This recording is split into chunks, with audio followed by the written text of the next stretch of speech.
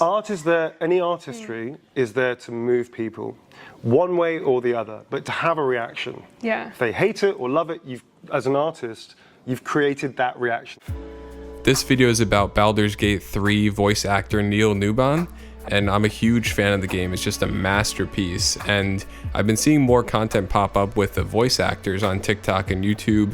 And Neil, it's really digging into his story. He has a lot to say about, you know, the industry and how he got into voice acting and the road that led him to voice acting. So his career didn't start exactly where it is now, and he sort of meandered into voice acting and really found his space there. So I thought it was a really interesting story about versatility and how to adapt and, you know, use your creative energy and go in different directions and where it pulls you. So I hope you find this helpful as well. My name's Neil Newbon. I'm an actor, director, producer in video games and also as well as film and TV. I've been working for about 15 years, been in about 120 plus titles, and I am the full performance and voice actor for Astarion in the amazing masterpiece Baldurs Gate 3.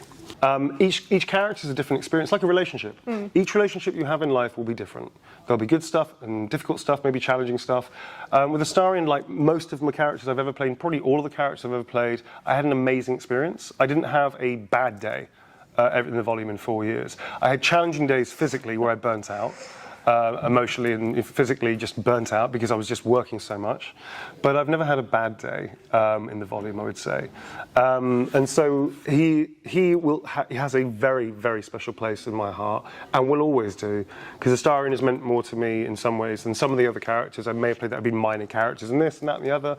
He's been a very special character to play. I feel deeply honoured to be asked in the first place by Josh Whedon, and then Jason Latino from Larian signing me off, and also Sven, obviously, Sven Vinke, he's an amazing leader, a creative visionary, really, to be given this role, And then I got to work with Greg Lindstone and Tom Palai on the motion capture side as well. I mean, I got to direct in the game, I got to consult with the animators, I got to body double Minsk, which was amazing. That was a gift. I got to kind of work with Matt Mercer, who's a hero of mine. So, it was just, the whole thing has been extraordinary. And then I slowly started starving as an actor, making my way into the heady, wonderful world of catering, where I spent many years in between acting gigs, catering for rich people, which had its ups and downs. I was with a brilliant company called Cellar Society. Bertie de Rougemont and Adam, they're amazing. And actually, they were very cool human beings, because most of us were actors, writers, musicians, whatever, trying to get through our careers. And they were really cool with us. They looked after us really well. So that saved me a little bit. But I just couldn't make any money, and eventually got to the point where I was really badly, I was financially I was in jeopardy. So I was financially really badly off. And I was making mistakes, and I was depressed, and I was not having a good time. And all in the pursuit of being an artist. And I said in the speech on Friday, I actually made a mistake because I was so overwhelmed. I said, I almost quit gaming, but gaming saved me. And what I meant to say, I wasn't right. What I meant to say was, I almost quit acting and games saved me. I was just very nervous. I can imagine. That's number one. So what I meant to say was, I was about to quit acting. And at that point, 2008-9, I was actually seriously having the thoughts of, I should quit acting. This isn't working. I'm 30 now. At that point, I was 30. I was like, I am not making money. Every month, I am a couple £100 away from bankruptcy. I cannot see a way out, and I'm in debt, and I'm in jeopardy, and I'm barely hanging on to the very cheap falling apart room that I have in this falling apart house. It was just, everything was bad. And then a few years before that, I actually did almost hit bankruptcy before that as well. And I ended up with just a bicycle and a backpack, and I had nowhere to stay. And I spent 24 hours cycling around London, not knowing what to do. So technically, for that one night, I had nowhere to live. And then luckily, a friend of mine took me in. I lived on a couch, literally on a couch. And then I lived on another couch and another couch. And then very quickly, all this time had gone past, and I had just about got myself to the point where I could maybe afford a room somewhere. It was awful. And I do not recommend anybody being an actor unless you need to be an actor.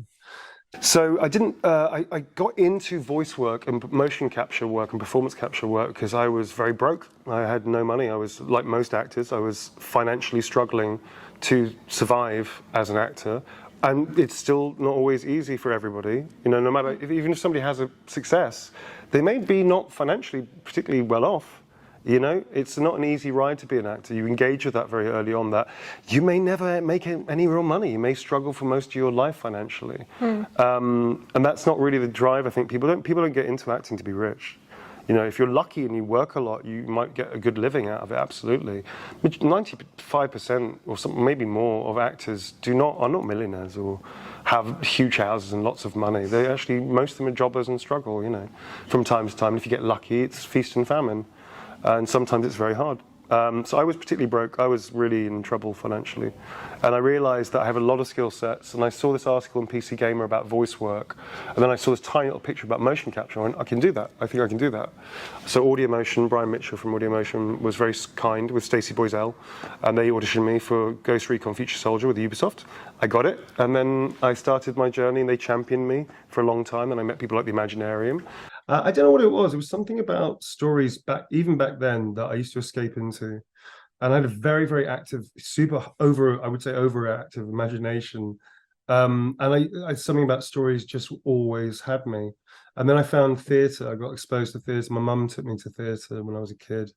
Because she wanted to be an actor, I think, and back in her day, it was seen as a weird choice to do. So she ended up having a more normal occupation, I would say, more like, not normal actually. She worked in television, but it was so that's not actually normal either for back in the 60s. But for her, it was like more of a safer job, I think. So when I expressed interest in stories and theatre, she got me interested. She used to take me. We used to live not too far from Stratford upon Avon, which is great. So I was very fortunate. It was only a 40-minute drive. So she would take me to Shakespeare and see RSC plays. And it was truly breathtaking to see some of the greatest actors. Yeah, some of the greatest British actors in the last 60 years. I've seen quite a few of them on stage in the rounds doing Shakespeare. So for me, it was an interesting upbringing in that sense, because I spent a lot of time alone as well, and a lot of time with my brother playing and making games. And if I wasn't doing that, I was reading. So yeah, I had a very, very rich start in terms of narrative storytelling. It was always a part of me from as early as I can remember. It was something in me. And I think that's why I decided to become an actor when I was about 15. I went to National Youth Theatre. So performance, I think, is an intrinsic part of a person. I think you can teach people to act or perform. And actors can not learn a craft, but the actors that don't learn a craft are only ever going to get to this potential. And the people that maybe don't have it in them, but can be taught a lot of technicalities and can study hard, great, they can get to much higher than you would necessarily assume they can. Right. But I think, and this is my personal opinion, so people might get really fucked off if I say this, but I think there's a strand in a performer that is different to other types of vocations, right? In the same way that a really good scientist, has something in them which makes them stand alone, makes them think about the world in a way that I wouldn't, for instance. Right. Each person has their thing, and I think performers do have this DNA strand somewhere, possibly damaged, that really is that thing of why it makes sense. Because like what we do is kind of schizophrenic, right?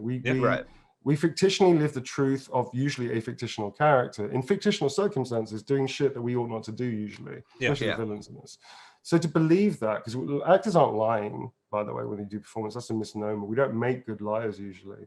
We play fictional truth, and to get to that level, when it really just flies and you're not doing all this bullshit in your head all your life for the moment, when that really works, it's because you completely believe it within the confines of safety, within the confines of the boundaries of this fictional world. Right. You are alive in that world for that moment. That's when it's gold. That's when it's perfect. That's when it's perfection. So then I met games, and it was by accident. I was a gamer. I read PC Gamer magazine, actually, funny enough, ironically, Future magazines, which is wild considering what happened on Friday. And in the corner of it was it was an article about voice work with Keeley Hawes, I think it was, who's voicing Tomb Raider.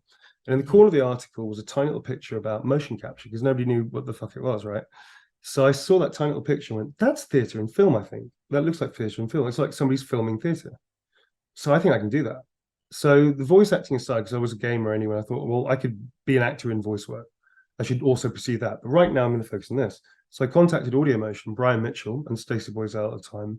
And I said, here, I'm an actor. I know martial arts, I know gun work, I know skills, I can horse ride, I can archer, I can do all these crazy skills that I learned as a geeky child and a teenager and a young man. I think I can work. I think I can be an asset. Would you give me an audition? And at the time, Ubisoft were looking for Ghost Recon Future Soldier back in 2009-10. And they said, come in for an audition. And so I did an audition like it was theatre. And apparently I did pretty well. And they invited me on to play 30K, at least the body doubling for 30K. I got to work with US Navy SEALs. I got to work with a whole bunch of crazy actors. Clive Standen, who's like the lead in Wanted and all these American TV shows and Vikings. I met Clive during that period. That's how we met. And we used to do mocap together, which is really cool. Very cool. So yeah, really cool. So I suddenly got into this world, and Brian was incredibly kind. And I said, I want to do whatever you got. You just throw it at me. I'm up for it. And so they championed me and they gave me all this work. And a lot of people gave me advice. There wasn't any training. You just did it and worked it out. And we all worked out problems together because there was no solution, because it was like, nobody done it before. How do you do this thing in sequence when nobody knows? So let's just try and work it out. And that was great for a long time.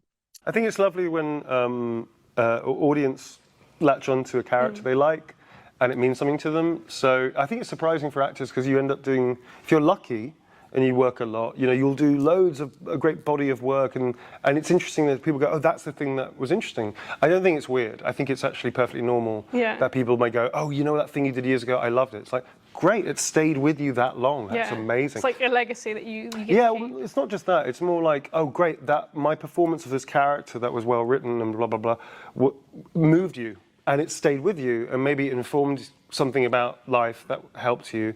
That's incredible. That's a gift. That's a gift back to the actor, I think. Yeah. So I like hearing that because it's lovely. Yeah. I still get people talk about Detroit and Resident Evil. Village. People still talk about that, which is amazing. And even some of the smaller jobs I've done, like We Happy Few, people come up to me and talk about that, which is beautiful to hear that. It's real comedy. Character played. So yeah, it's very humbling that people really dig it and stay with it. Yeah. I think any physical skill, from DIY to horse riding to playing an instrument, all that shit. At some point, if you're lucky, if you work, if you're good, then you'll use that. I mean, there's a lot of stuff. I was doing my own stunts in TV and film a lot, and some heavy shit as well. It wasn't like just like a fight scene. It was like some stair rolls, explosions, and shit like that. And I wasn't a stunt performer, I was an actor, but I had these skill sets and I could prove it. And so stunt coordinators were very cool with me doing a lot of that stuff. So I was lucky. I picked up all these skills as a kid because I was kind of geeky, or I was being bullied, or I liked archery, or I liked sword work and all that kind of stuff. And then it sort of grew from there. I was in like cadet army and shit like that for a while. And that kind of stuff, like when I was 16 to 19. So all that kind of stuff, like learning how to shoot properly, learning how to like orientate, learning military stuff, was all useful. And obviously I've trained since, and I go gun training every year with with people that sometimes who are special forces, or people that are very, very good with particular guns or what have you. And I learn a lot from them, and I'm open and receptive. But that's also been my whole career. Like I learned a lot of martial arts stuff from different disciplines, from people that would teach me. I don't do that particular discipline, but I know how to do these things that can incorporate into a fight. All that kind of stuff. I absorb, and I also observe a lot. Right. So, all actors do. Art is there, any artistry is there to move people one way or the other, but to have a reaction. Yeah. If they hate it or love it, as an artist, you've created that reaction. That's what you're there to do, to challenge people or to entertain people or whatever, but it's to have a reaction. If somebody has a meh reaction, that feels not great, I would say. But if somebody hates my character, as many people go, I hate your character, it's like, great, you're supposed to, great, fantastic.